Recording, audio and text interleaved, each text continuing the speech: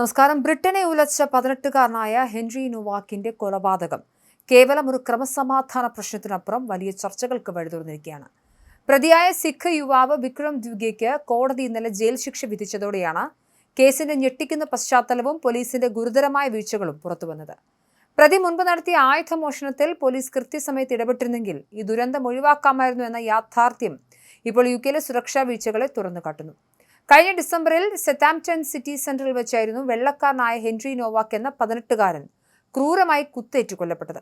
സിഖ് അനുഷ്ഠാന പ്രകാരമുള്ള ആയോധനകല പരിശീലിപ്പിക്കുന്ന വിക്രം ദ്വിഗ എന്ന യുവാവാണ് കൃപാൺ അഥവാ സിഖ് മതവിശ്വാസികൾ കൊണ്ടു നടക്കുന്ന കത്തി ഉപയോഗിച്ച് ഹെൻറിയെ കുത്തിയത്. കൊലപാതകത്തിനു ശേഷം സംഭവസ്ഥലത്തെത്തിയ പോലീസിനോട് ഇരയായ ഹെൻറി തനിക്കെതിരെ വംശീയവെറി കാണിച്ചുവെന്ന് പ്രതി കള്ളം പറഞ്ഞു. ഇത് വിശ്വസിച്ച പോലീസ് ചോരയൊലിപ്പിച്ച് കിടന്ന ഹെൻറിയെയാണ് പ്രതിയായി കണ്ട് വിലങ്ങണിയിച്ചത്. തനിക്ക് കുത്തേറ്റ കാര്യം ഹെൻറി ആവർത്തിച്ച് പറയുമ്പോഴും പോലീസ് അത് പൂർണ്ണമായി അവഗണിച്ചു.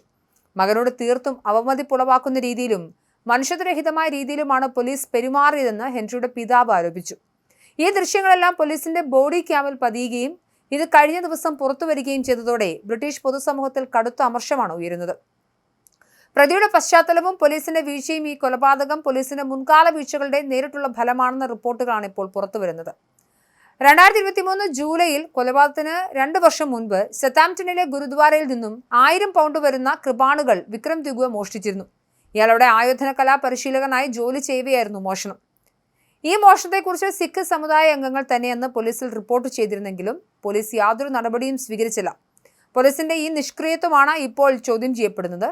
മോഷണത്തെ തുടർന്ന് ഗുരുദ്വാരയിൽ നിന്നും ഇയാളെ പിരിച്ചുവിടുക മാത്രമാണ് ചെയ്തത്. ആയുധങ്ങളോട് ഭ്രാന്തമായ അഭിനിവേശമുള്ള ദ്വിഗയെ അന്ന് തന്നെ പോലീസ് തടഞ്ഞിരുന്നെങ്കിൽ ഹെൻറിയുടെ ജീവൻ രക്ഷിക്കാമായിരുന്നു എന്ന് പൊതുസമൂഹം ചൂണ്ടിക്കാണിക്കുന്നു. ഈ സംഭവം ബ്രിട്ടനിലും ആഗോളതലത്തിലും വലിയ രാഷ്ട്രീയ സാമൂഹിക ചർച്ചകൾക്ക് കാരണമായിട്ടുണ്ട്. ഒന്ന്, കൃപാൺ നിരോധനത്തിനായുള്ള ആവശ്യമാണ്. സിഖ് വിശ്വാസികൾ പൊതു ഇടങ്ങളിൽ കൃപാൺ കൊണ്ടു നടക്കുന്നതിനെതിരെ ആഗോള അടിസ്ഥാനത്തിൽ പ്രതിഷേധം ശക്തമാവുകയാണ്.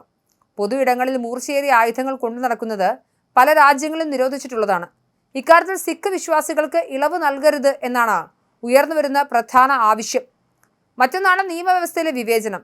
വെള്ളക്കാരേക്കാൾ പരിഗണന പല കാര്യങ്ങളിലും വംശീയ ന്യൂനപക്ഷങ്ങൾക്ക് നൽകുന്ന ഇരട്ട നീതിയുടെ ഉദാഹരണമാണ് ഈ കേസെന്ന് ചില ബ്രിട്ടീഷ് എംപിമാർ ആരോപിക്കുന്നു. വംശീയ വിരുദ്ധതയുടെ പേരിൽ ആളുകളുടെ ചർമ്മത്തിന്റെ നിറം നോക്കി പോലീസ് സമീപനം സ്വീകരിക്കുന്ന നയം മാറ്റണമെന്ന ആവശ്യവും ശക്തമാവുന്നുണ്ട്. സിഖ് സമൂഹം പ്രതിയായ ദ്വിഗയിൽ നിന്നും നേരത്തെ തന്നെ അകലം പാലിച്ചിരുന്നെങ്കിലും ഈ സംഭവത്തിന് ശേഷം നഗരത്തിന്റെ പലയിടങ്ങളിലും സിഖ് മതക്കാരുടെ സ്ഥാപനങ്ങൾക്ക് നേരെ ഒറ്റപ്പെട്ട ആക്രമണങ്ങൾ നടക്കുന്നതായി റിപ്പോർട്ടുകളുണ്ട്. എന്തായാലും സിഖ് മതവിശ്വാസി ഒരാളൊരു വെള്ളക്കാരൻ 18 വയസ്സ് മാത്രമുള്ളൊരു വെള്ളക്കാരനെ കൊലപാതകം നടത്തിയതുമായി ബന്ധപ്പെട്ടിട്ടുള്ള പഴയ ഒരു കേസാണ് മാസങ്ങൾക്ക് മുൻപ് നടന്നത്. അതിൻ്റെ കൂടുതൽ തെളിവുകൾ ഇപ്പോൾ പുറത്തേക്ക് വരുമ്പോൾ വീണ്ടും പ്രതിസന്ധികളും പ്രശ്നങ്ങളും കലഹങ്ങളും കലാപങ്ങളും സതാംപ്ടണിൽ ആരംഭിക്കുകയാണ്.